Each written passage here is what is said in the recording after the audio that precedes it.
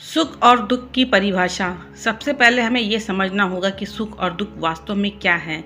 हम में से अधिकतर लोग सुख को पैसा, ऐशो आराम, शोहरत या ताकत से जोड़कर देखते हैं। अगर किसी के पास बड़ा घर, महंगी गाड़ियाँ और बैंक बैलेंस है, नौकर चाकर हैं, तो हम मान लेते हैं कि वो सुखी है। वहीं अगर कोई दिन रात मेहनत कर रहा है लेकिन फिर भी मुश्किलों से घिरा हुआ है, तो हमें लगता है कि वो दुखी है। लेकिन क्या यही असली सुख है? अगर धन, सत्ता और भौतिक चीज़ों से सुख होता तो दुनिया में सबसे अमीर लोग आत्महत्या न करते, डिप्रेशन में न जाते। असल में सुख दो प्रकार के होते हैं। पहला, भौतिक सुख, जो बाहरी होता है, धन, दौलत, शक्ति, आराम से जुड़ा हुआ। दूसरा, आंतरिक सुख, जो मन की शांति, सच्ची संतुष्टि और आत्मसंतोष से जुड़ा होता है। पापी लोग भले ही भौतिक सुख में जी रहे हों, लेकिन क्या वे अंदर से भी सुखी हैं? ये सवाल बेहद अहम है। अच्छे लोगों की ज़िंदगी अक्सर संघर्षों से भरी होती है, लेकिन ये संघर्ष उनकी कमज़ोरी नहीं बल्कि ताकत होती है। हर महान व्यक्ति को किसी न किसी संघर्ष से गुजरना पड़ता है।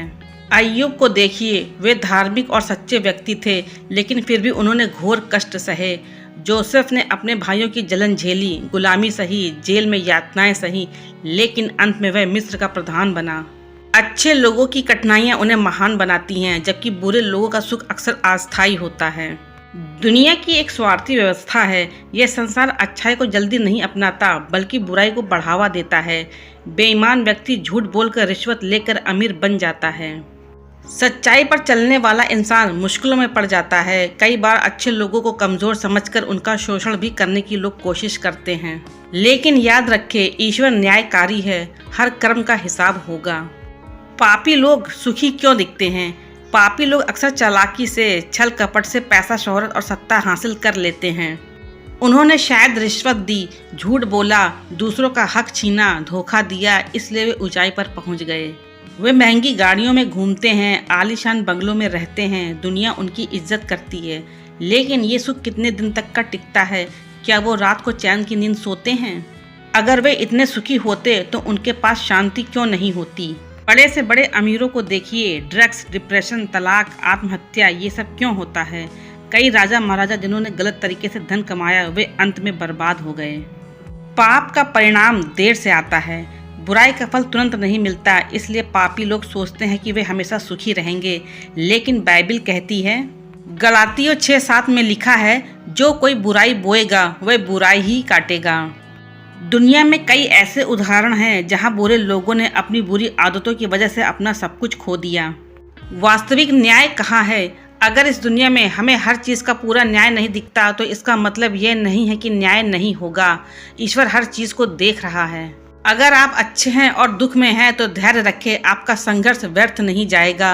अगर आप बुरे काम करके सुखी हैं, तो याद रखें, यह सुख अस्थायी है, एक दिन हिसाब देना होगा। पाप का सुख बहुत आकर्षक होता है, लेकिन वह आत्मा को खोखला कर देता है। नतीजा क्या करें? अच्छाई पर अडिग रहें। भले ही दुनिया बुरी दिखे, भले ही आपको लगे कि अच्छाई का कोई फायदा नहीं, लेकिन कभी बुराई का रास्ता न अपनाएं। ईश्वर सब कुछ देखता है और अंत में न्याय वही करेगा।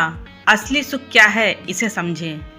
सच्चा सुख पैसे और ऐशो आराम से नहीं, बल्कि शांति, आत्मसंतोष और अच्छे कर्मों में है। ईश्वर पर भरोसा रखें। धर्मी की परीक्षा होती है, लेकिन अंत में उसे ऊंचा उठाया जाता है।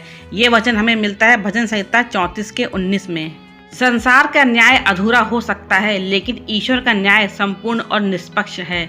अच्छे लोगों को दुख सहना पड़ता है, क्योंकि वे मजबूत बनने के लिए तैयार किए जा रहे हैं। बुरे लोगों को सुख मिलता है, ताकि वे अपने पापों के लिए जाल में खुद ही फंस जाएं।